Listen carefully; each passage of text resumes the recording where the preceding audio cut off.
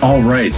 With people starting to roll in, I want to get started with today's webinar and begin by saying thank you to everyone for joining us from across the country and the world. I'm Alexander McCobin, the CEO here at Conscious Capitalism, Inc., and want to thank you for taking the time to learn and grow in community with us today. I'm excited to be joined by Brett Kaufman to explore reimagining and building purposeful, thriving communities. But before we get into a conversation with Brett, I want to talk about conscious capitalism in this webinar. As many of you know, conscious capitalism is a philosophy that emphasizes the human nature of capitalism in business. It's a movement of business leaders around the world working to improve the practice and perception of capitalism to elevate humanity. And Conscious Capitalism, Inc. is a nonprofit organization dedicated to catalyzing that movement.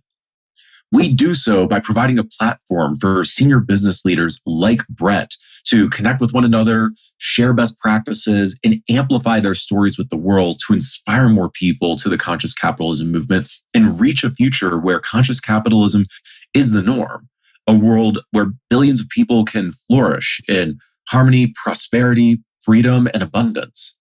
And every week, these virtual gatherings are one of the ways that we provide support for the community to see how this philosophy takes shape through the leadership journeys and business practices of those in our network. Today's gathering will run for about 45 minutes. Brett and I will be in conversation for the first 20 or 30, but then we're going to transition it to Q&A from you in the audience. So if at any point you have a question, please type it into the Q&A box at the bottom of your screen so that we can go through as many of them as possible before we run out of time today. And if you have any technical questions or issues, please email us at info@consciouscapitalism.org so we can resolve them as quickly as possible. And now it's my pleasure to introduce today's speaker. Brett Kaufman is a developer, entrepreneur, investor, coach, and speaker based out of Columbus, Ohio. He is a Conscious Capitalism Senior Leader Network member, and over the course of his career, he started many businesses, including Kaufman Development, built over $1 billion in assets and sold over $500 million in properties. He's currently developing $300 million in real estate, hosts the Gravity podcast, and has served as a mentor and coached over 100 entrepreneurs. Since founding the company, Kaufman Development has donated over 2,000 hours and over $250,000 in contributions to various philanthropic organizations. And Brett's story is not only inspirational, but a model, I think, for all of us to learn from and figure out what we can take to improve our own practice of conscious capitalism and our leadership. Brett, thank you for taking the time to join us and share your insights with the conscious capitalism community today. Yeah, thank you. It's really an honor to be here. I'm a big fan of the organization, and it's wonderful to hear your opening remarks about the mission. There's a lot of shared belief and passion, so it's great to be here with you today. So there's a lot that I want to cover, Brett, but I want to start by just asking, from my introduction, is there anything that I missed? Any of your other businesses that you really want to highlight, or anything in particular that you're really proud of that you want to share with the community about the work that you're doing? Yeah, I mean, I think that we can kind of touch on all of the various aspects that are my work today. And the work has really expanded. So there are some things that weren't mentioned. But really the aim has always been, since I've kind of really focused my life on impact and creating consciously, the aim has always been, how do we improve the lives of other human beings? How do we improve the lives and the experience of what it means to be a human being in this world, on this planet, and in the cities and communities and neighborhoods that we're working on. So everything we do is through that lens. And that has expanded into venture capital. It's expanded into, like you said, a bunch of startups, coaching, the podcasting, certainly Gravity as a brand, as a community, both physically and virtually, is a huge part of that. And I'm happy to talk about it. There's a concept, inner space, which is focused on how we design spaces and experiences for mental health services. So there's a lot of things that have kind of come out of this belief and mission vision for how to optimize the human experience. That already is inspiring, Brett. And I want to actually back up a little bit, because I know that your personal story from childhood through to where you are now has really informed that philosophy and the way that you approach business. So I'm wondering if you would be willing to start by just sharing your personal story and your journey that's led to that way of thinking about business and your purpose. Yeah, I'm happy to do that. This is a big part of how I coach others and really what I believe to be true. Maybe for everybody. I believe that our life experience is really a part of a divine perfection. Call it what you want, what you believe in. I call it God. Some people call it the universe. I've called it different things at different times, but I believe that there is a intelligence, a perfection to how our lives work, and that really everything is there to serve us. My life has certainly been that way, which is why I have that belief so deeply held.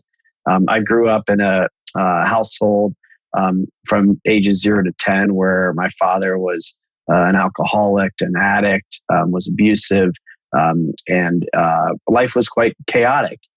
My mother really did an incredible job of finding a way for us to get out of that life, to start fresh, and to build a new home and a new environment for me. But that kind of early stage chaos and trauma really shaped me. It shaped me down a path of trying to find myself in ways that oftentimes were unhealthy, that were repeating behaviors that I had seen role modeled in my life.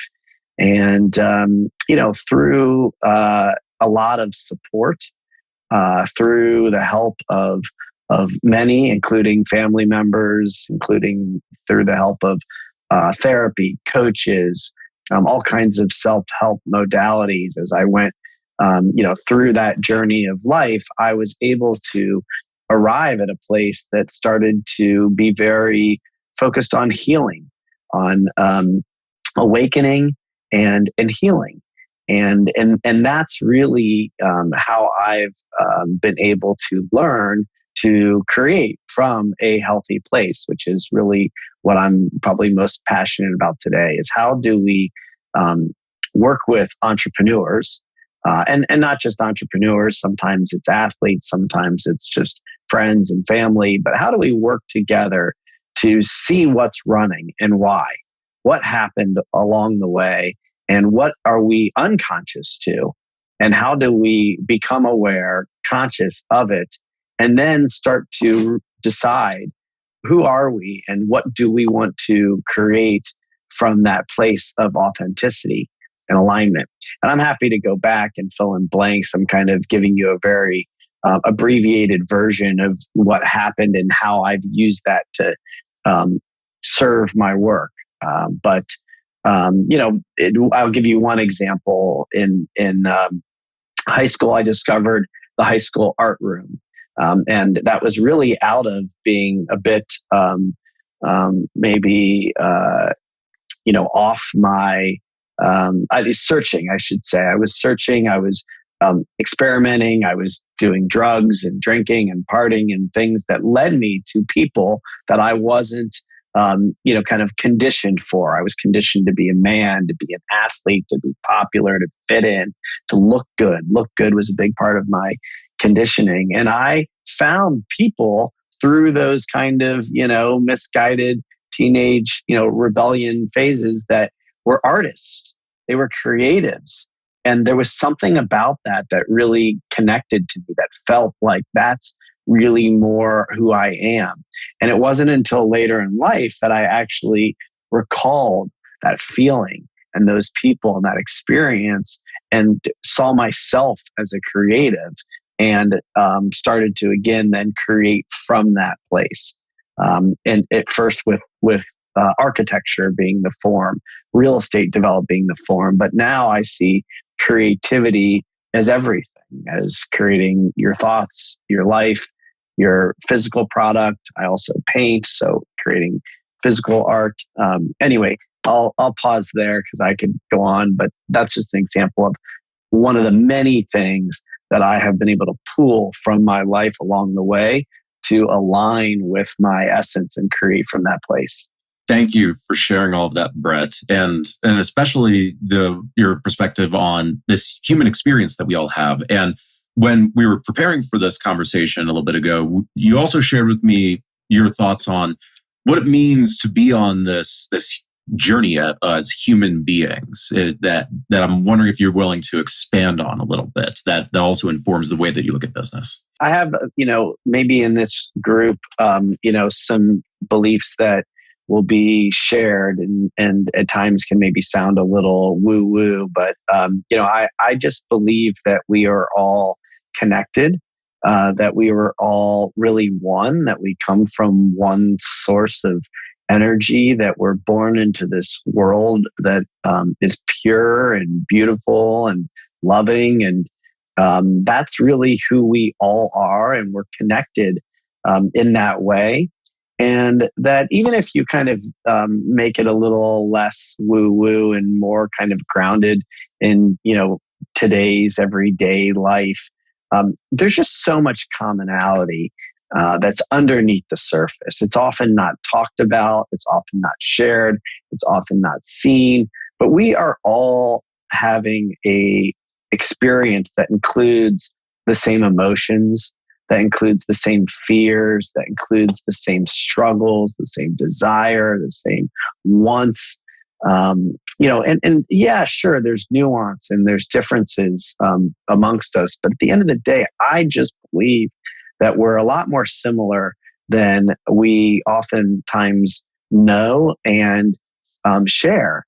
And that if you can kind of put aside, and I kind of refer to conditioning because I think that's really a big part of this. But if you can put aside maybe societal norms or parental pressures or whatever it is, stories, attachments, and just get to the human connection, you'll find that there's just a lot more shared desire to support one another, to move through life together, to be able to connect to other human beings.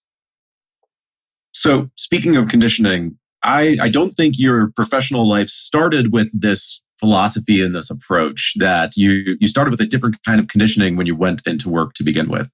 Can you talk about that and the transition you made from there? Yeah. So, I spoke a little bit about, my conditioning, my childhood. My father was this, really strong, be a man, go into business, make money, make sure that the Kaufman name is really reputable. And what reputable meant was, be successful, make money, look good, and be tough and strong. And I was trying really hard through my adolescent years to break that mold. Like I said, acting out in all kinds of, ways, but ultimately did not have the confidence, the courage to really honor what I thought might really be my true, authentic path. I studied in college psychology and architecture. I studied in high school. Like I said, I found the art room. These were the things that were actually truly feeling like there was some connection. There was something alive in that work for me authentically, but I did not have the courage to really break that conditioning. In the back of my mind, I always had my dad's voice about being successful, looking good, making money. So I did what I thought I really was supposed to do. When I graduated from college, I didn't follow any of those passions that I had found along the way. I went into business working at a bank. I took a kind of entry-level job in commercial banking, and I hustled and worked my way through the banking world into an investment banking role, and started to kind of go down a path that, really was one I was quite miserable with. I didn't like it at all, but I thought that's what I needed to do. I was married at a young age. I started having a family at a young age. And I just believed that that was what you did. You worked, and that passions and hobbies were reserved for vacations and weekends and retirement. And everyone around me, that's what they were doing. There wasn't a lot of passion in the banking world. It was about making money, being successful, and doing the things you loved some other time. And that's, the path that I went on for a while. And I'm very fortunate that I did go on that path, because what I learned was so much about what I did not want to do. I really had to be immersed in an experience that was so out of alignment for me to understand that I couldn't do it. It was just, I was too unhappy to live this way. So I used that to really break into something that felt more aligned. For me, that did end up being real estate development. I was banking some real estate developers and got exposed to what it meant to kind of kick the dirt and be creative. So I pivoted and left the banking world, went to work for a real estate developer. And they were a production housing company. Another great opportunity to learn. But I was really not happy working for somebody else, even though I was eventually the president of that company. I really wanted to be able to create something that I thought was me, that was coming out of me, that wasn't some other kind of like cut and paste, pull it off the shelf and reproduce just for the sake of producing housing and making money. I needed something more than that. I knew that it was coming out of me. And that's, really ultimately what led me to creating Kaufman Development. But without those experiences, I wouldn't have learned the fundamentals of what it meant to be working with bankers, which we do every day, what it meant to build fundamentally strong housing, to manage it, to construct it, to develop it. I wouldn't have known what it was like to work in those kind of organizations. I really believe, for me at least, that I needed to know what I didn't want to be able to create what I wanted. So all of those steps, again, kind of coming back to that, divine perfection, served me perfectly well. Even though they were hard, I might not repeat them. If I were to start over, there's a more direct path, but there was nothing really wrong, broken about the experience when I look back on it and, see how it served me today. So that's a really deep point that I want to emphasize and verify that you're saying that you might look back on that time in your early professional career and think that was a bad use of your time, or you were on the wrong path, or that was somehow negative. But you're emphasizing that even though it's not what you ultimately wanted to commit yourself to, that you learned a great deal from it, and that it was still part of your path and a positive that has helped lead you to where you are. Yeah, absolutely. I mean, I just think that, again, that, creation piece, we have the opportunity to decide how it is that we are going to view and create our experience. I will not take away from the fact that, living in a house with addiction and abuse and having to, move at a young age and find new friends and find myself, all of that. And even, as an adult, therapy, learning to unpack all of this, it's hard work. Being in a job that you're unhappy with, that is not a pleasant experience. So it's not like, I look back on all of it and say, oh, it was, perfect and easy and beautiful. It's that it was just my path. And that path I have tremendous gratitude for. And I see how it served me. And that is a choice. That is how I have chosen to be with what is. And I just think it's much more empowering.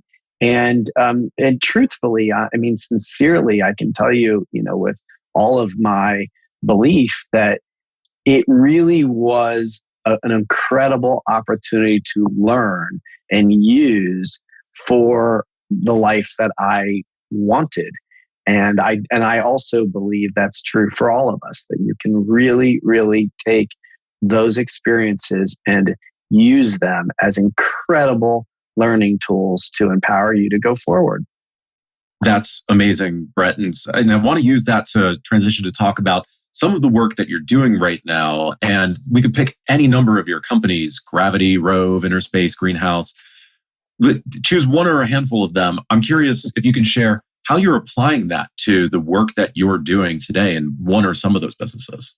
Yeah, I mean, Gravity, and I'll include the podcast in that. What we're trying to do with Gravity is create a community that allows for people to have more access to the things that they're passionate about, to the things that they love, to being able to connect with other people that can support them, that can support each other along the journey, that can allow them to live a healthy physical life, that allows them to tap into their creative expression, to allow them to make a difference and impact in the community. We say Gravity is about well-being, impact, and creative expression. So these are the things that I was seeking in my own life, that I was trying, and oftentimes flying to California or other parts of the country or world to find help, support, like-minded people, spaces, environments to be able to feel more alive, more connected, and more fully expressed. And that's what we're trying to create with the physical space. It's also part of what we do with the podcast, where we're trying to get other people to share this human journey that, again, I think we're all on, and normalize the things that oftentimes maybe we internalize and feel like are specific to us. Hearing that shared experience on the podcast.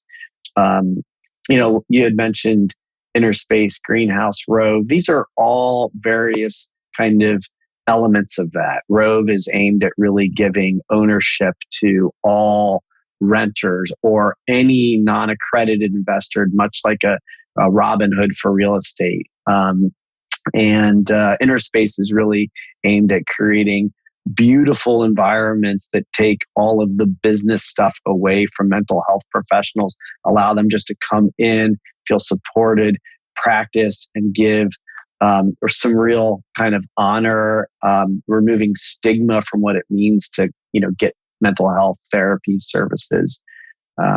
Greenhouse is a bit of a unique real estate project solely focused on nature, wellness, and transformation. We have a kind of Tiny Habits transformational program that all of our residents can engage in and truly try to improve their physical and mental health.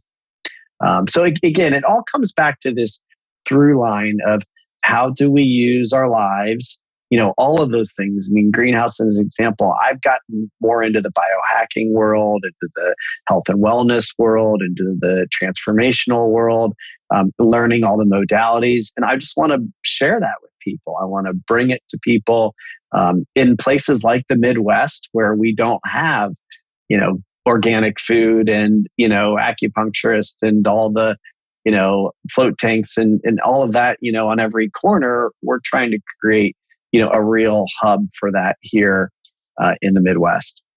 So I want to get to some of the questions that we have from the audience. And if anyone has any more questions, please type them in the Q&A box at the bottom of your screen. We're going to transition in a moment. But the last question I want to ask you, Brett, is if you were to give one piece of advice to other conscious capitalists, to other business leaders, whether they're just starting on this journey or they've been doing this for a while, what would it be? Yeah, I think that it's hard to give one piece of advice. I would say, and this is what's so great about Conscious Capitalism, the organization, is finding like-minded people that can really support your big dream has been hugely important for me. And then, sharing openly, honestly, talking about what do you need help with, asking for help, really reaching out and sharing what you're struggling with people that are kind and caring and truly share your vision and belief for how you want to create. I think that's probably been the most impactful thing for me, having incredible mentors, finding my people, finding people. And again, in Columbus and in the Midwest, it can be hard to be creative, to have a big dream, a vision. It's not always easily understood. But I would say, in addition to finding people that can support you in creating your big dreams, really, really learning to take care of yourself, to love yourself. I think, has been a huge, huge learning tool for me.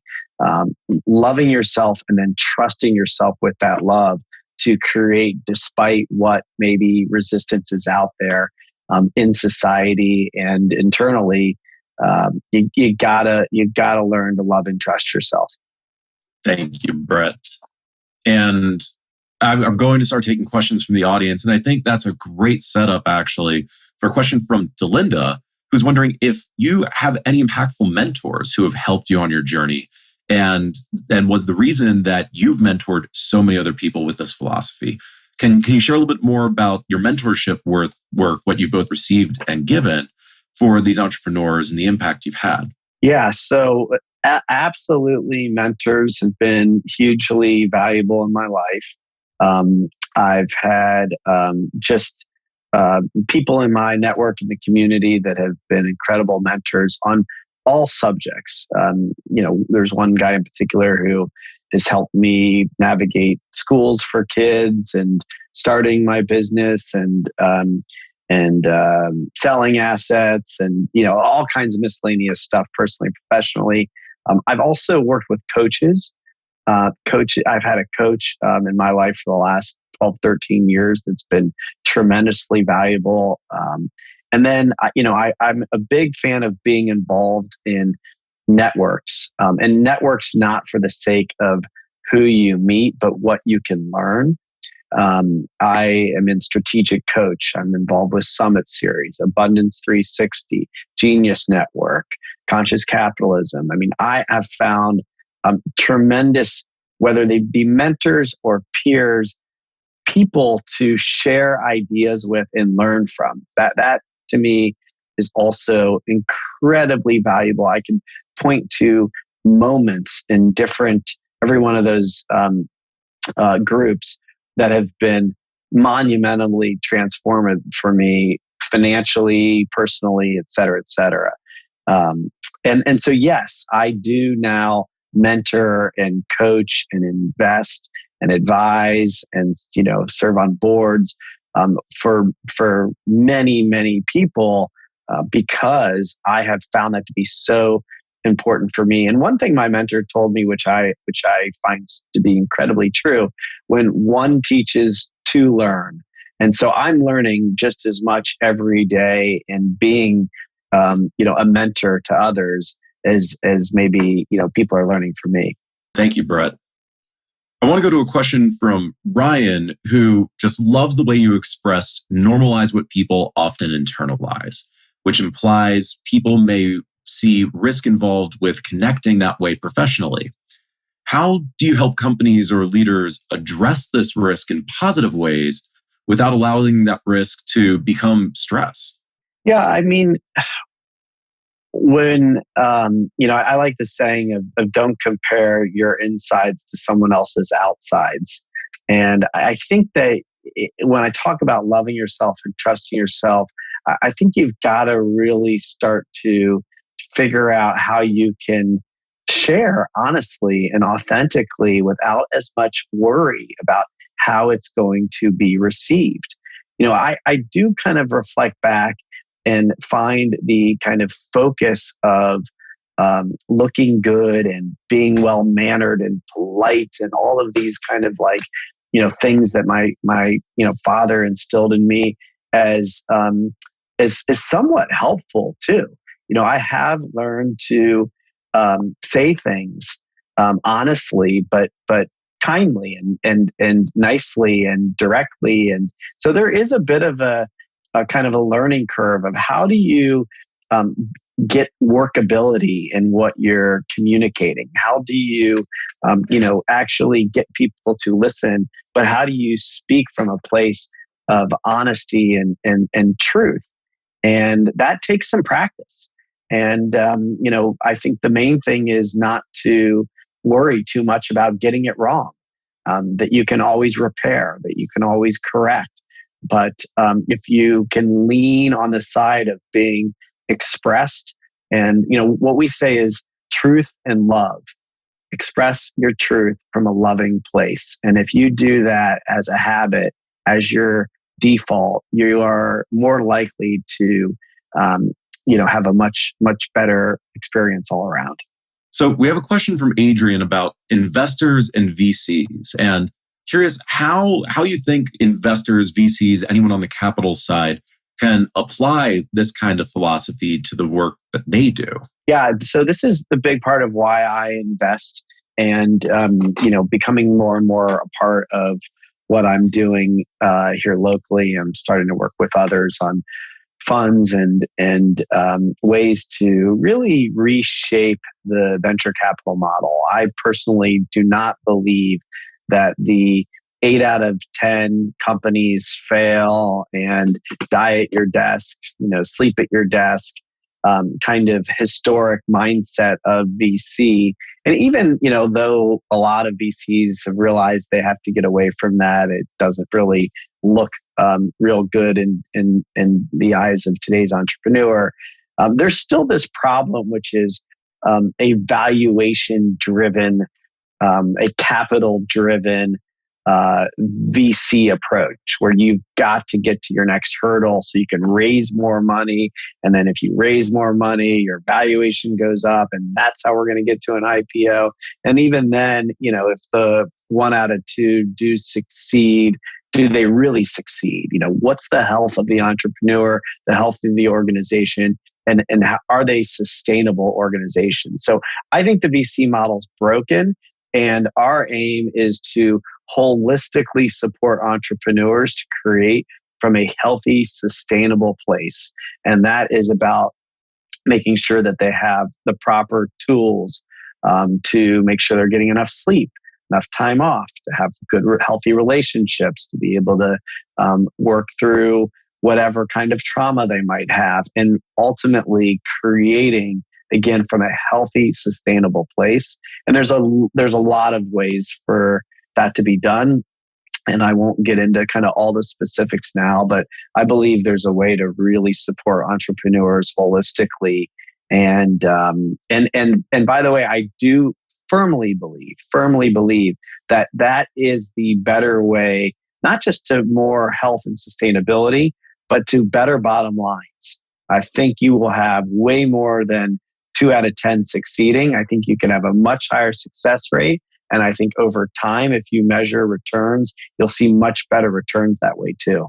And this isn't proprietary. This is something that other VCs could adopt as well. It sounds like you're proposing just a whole new model for how VCs approach what they do. Absolutely. I mean, I would openly share our approach and hope that it gets widely adopted. I mean, I feel the same way about real estate. There's no intellectual property around trying to create healthy, sustainable entrepreneurs or physical spaces. I have said all along, if the whole world decided they wanted to create conscious communities in a physical space, or conscious capitalism, venture capital organizations, firms, then that's great. I wouldn't have anything to do, and I'll find something else to do. I'm not worried about, being the only one. I'm worried really about humanity, and, really trying to create, a better society and a healthier, happier world. And so the more the merrier. If people share that belief, let's collaborate. Let's, support each other all day. Terrific. So Hemming is wondering if you could share a little bit more about the graduates and participants from Gravity. Do they return to the program? And what's a typical day at Gravity like? as a participant? Yeah, so it's not so much a program as a community, and people can come and go, as often as they like. We have apartments that people live in, and we have office space and retail where people work and come to do any number of things. There's a lot of content, a lot of events, a lot of programs that are open to the broader community. So it's really more of a neighborhood that you can tap into as regularly as you like. It's not necessarily a membership. You can come to events. You can get involved in online virtual experiences, and we're just continuing to kind of build that out and build out our reach to try to connect and touch more people. So that's on the gravity side of things. But want to continue with real estate a bit. Theo is wondering if you could share where you see real estate development evolving in the next 10 to 20 years. What are going to be some of the key features that you think will be there, whether it's related to sustainability or healthy living or anything else? Yeah, I think, what we've seen in the last 10 years is people understanding that experience is really critical to developing real estate, that you can't just put out boring, ugly buildings that don't have anything there other than, a place to sleep or work. That isn't really desirable anymore. And I think that's becoming more and more true. So what you saw was kind of this race to big amenities, gyms and co-working and coffee shops and whatever else, became kind of the hot, trendy, amenity-driven development. And I don't think that's a bad thing. I think the offerings, I hope, and this is what we are focused on, are becoming more and more aimed at not just having a gym, but having a place for people to improve their health. Not just having a community room, but having places for people to really connect to other human beings. And so I think what it means experientially to live, work, to develop real estate is going to become more and more important. Authenticity, human connection, adding value to someone else's life, really actually having an impact aesthetically on design, art, placemaking. All of these things, I think, become almost necessities to be successful in real estate. And, I think it becomes kind of this do good and do well. We'll have more beautiful environments that are more inspiring, that are allowing people to be happier and healthier. And I don't know if I'm, and I'm sure, I'm probably in the minority with that belief, but I'm pretty convicted that's where we're headed. One of our participants is Alexandra is wondering if you can give any recommendations on getting ideas to start a new business that's especially based on these principles, and perhaps from your own journey, where do you get your inspiration? Or is it that you start a new business based on something you discovered that you're inspired by? Or do you look to transform traditional businesses into conscious ones, or both? Mm-hmm. Yeah, it's a great question. What I have found, and this is like starting to become really apparent to me, and I think it can be true for a lot of people, and it's something I had heard many times, but I didn't really understand and wasn't able to really put into practice until recent years, which is that the problems that you see in your own life that bother you, that you would like to fix, that you have a passion for change, are really the best places to create from. And so everything that I've named to this point has been about some sort of problem that I experienced. For example, we started a nonprofit organization that's focused on providing volunteer activities to people in the community, easily accessible web portal, push of a button, sign up, show up, volunteer without having to worry about any of the the logistics or kind of bureaucratic parts of volunteering. That just came from me having a hard time taking my family to a shelter to volunteer. We spent hours on the phone. There was a lot of paperwork. We couldn't get somebody to call us back. We showed up. It was disorganized. I had a friend who had a shared vision for solving this problem. We gave him some money, and he is now working with Fortune 500 companies all over the country, providing this simple service. Same thing for inner space. Just spent decades going to crappy office spaces for therapy that made me feel worse before I ever walked in the door. They were inconvenient. They were not pretty. They were places where maybe the rent was cheap, the scheduling and the billing was clunky, and I just wanted to change the experience for